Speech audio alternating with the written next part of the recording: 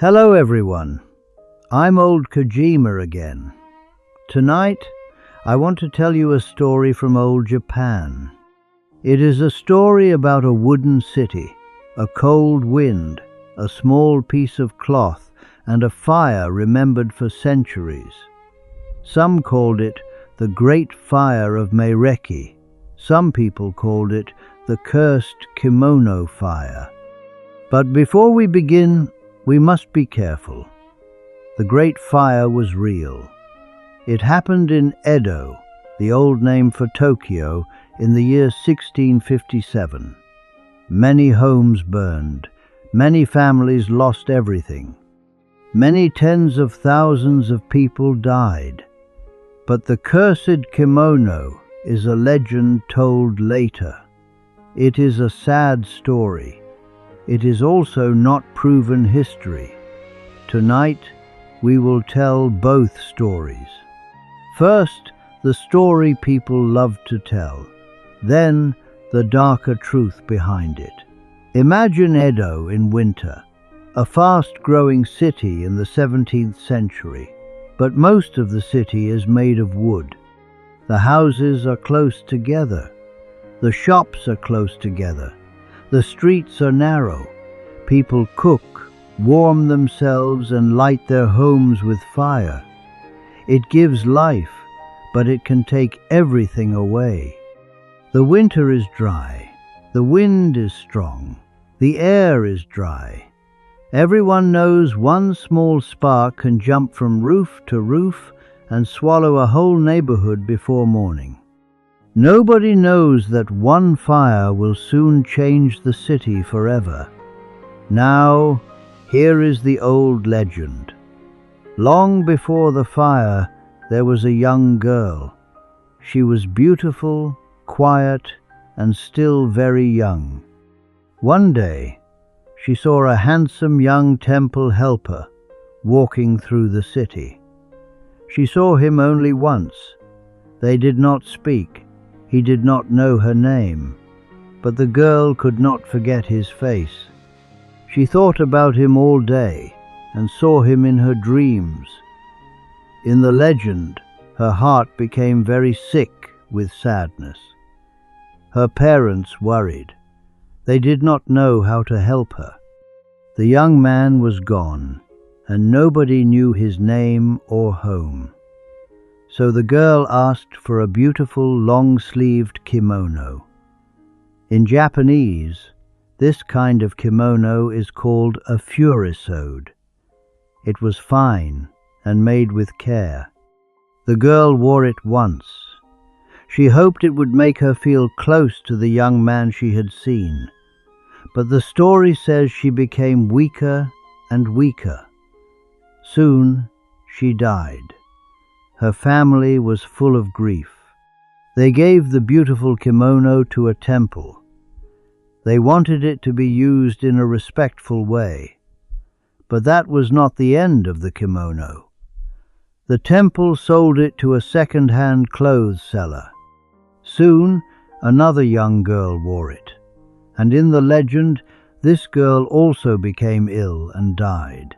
The kimono went back to the temple. Then it was sold again.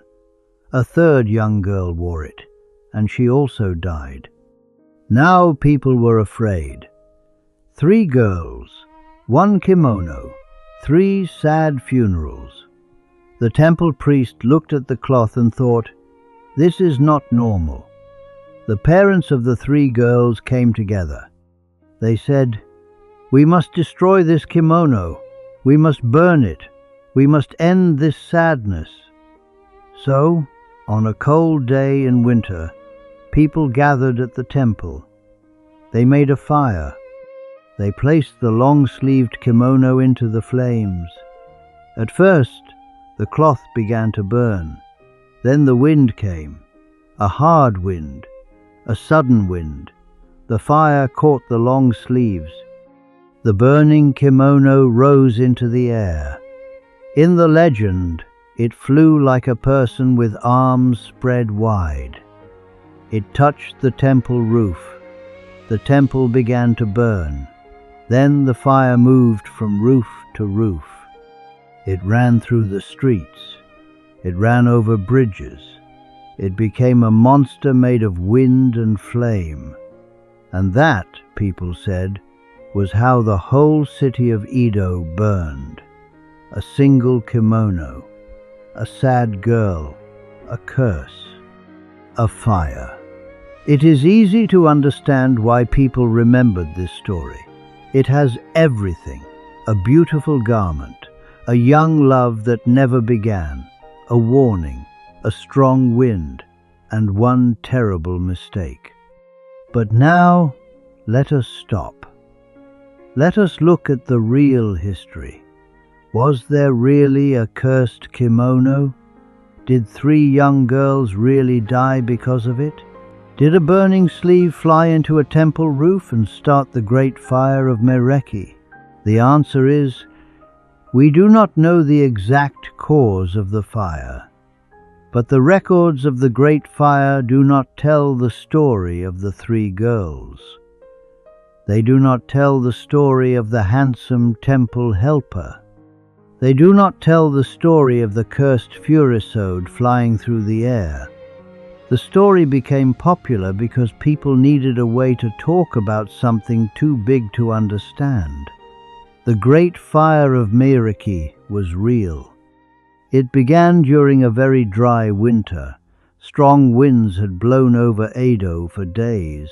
The first fire began near a temple area in Hongo. This was not a safe time for a city built so closely with wood. The fire did not stay small. It grew. The wind pushed it forward. Sparks flew through the air. Wooden roofs caught fire. Paper walls caught fire. Storerooms caught fire. People heard the sound of bells. They heard shouting. They heard wood breaking. They saw a red light filling the sky. Imagine you are a child in Edo that day. You are inside a small home. Someone opens the door. The sky is not blue. It is orange.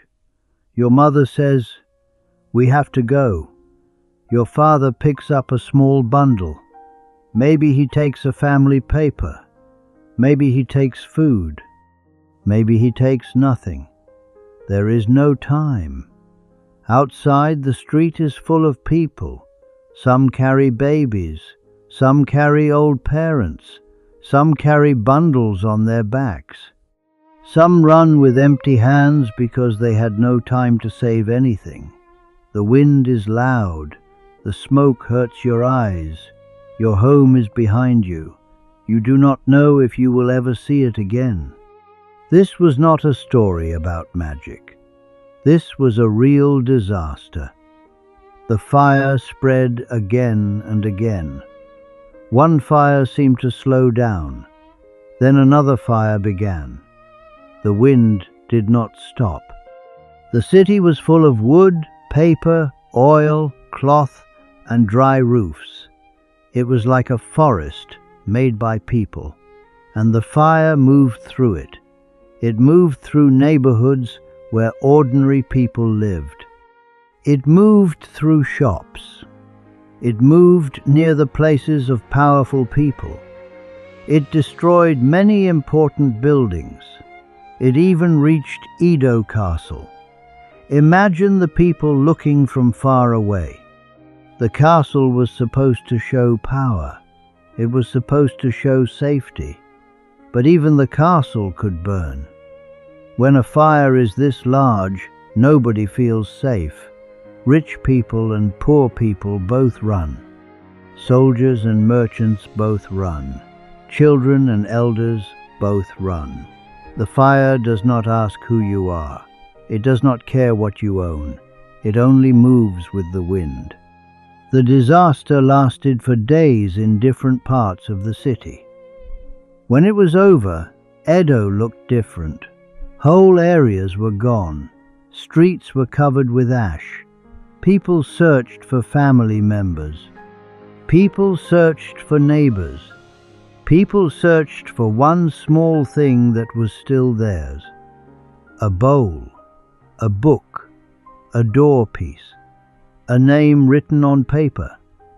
We cannot know every person's story.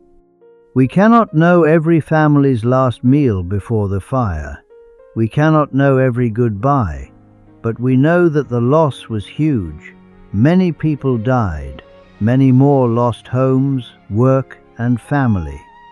This is why we must speak about the Great Fire of Meireki with respect. It was not only a spooky story, it was a human tragedy. So why did the cursed kimono story become so famous? Why did people choose one small piece of cloth to explain a disaster that destroyed so much? Maybe because people need a story they can hold in their hands. A city fire is too large. Dry weather is too invisible. Wind is too hard to blame. A kimono is small. A kimono has color. A kimono has sleeves. It can belong to someone. It can carry sadness. It can become a warning. The legend gives the fire a face. It says, "Be careful what you keep. Be careful what you burn. Be careful of strong wind. Be careful of things that look beautiful but carry pain." But the real lesson is different. The real lesson is about a city that was not ready for a fire of this size. It is about wooden buildings placed close together. It is about dry weather and strong wind. It is about people who had no fast way to know where the fire was moving. It is about families trying to escape with only what they could carry. After the Great Fire of Meireki, Edo had to rebuild. The city did not disappear. People came back. They built homes again. They rebuilt streets. They changed some parts of the city. They thought more carefully about open spaces, roads, water, and fire protection. The fire took so much, but the people of Edo did not stop. This is also part of the story. A city is not only buildings. A city is people. When the buildings burn, people can still return. They can still remember. They can still build again. Now let us return to the kimono one last time. In the legend, the long sleeves rise into the wind. The cloth burns in the dark sky. People below look up in fear. Is it a real memory? Is it a story made many years later?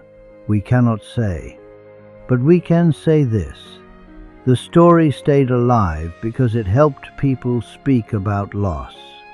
A beautiful kimono became a symbol of young lives, a symbol of fear, a symbol of one small thing becoming part of a much larger disaster. And perhaps that is why this old story still feels strange today. We all know that a single object cannot explain every tragedy. But sometimes one object becomes the place where all our fear, love, and sadness come together.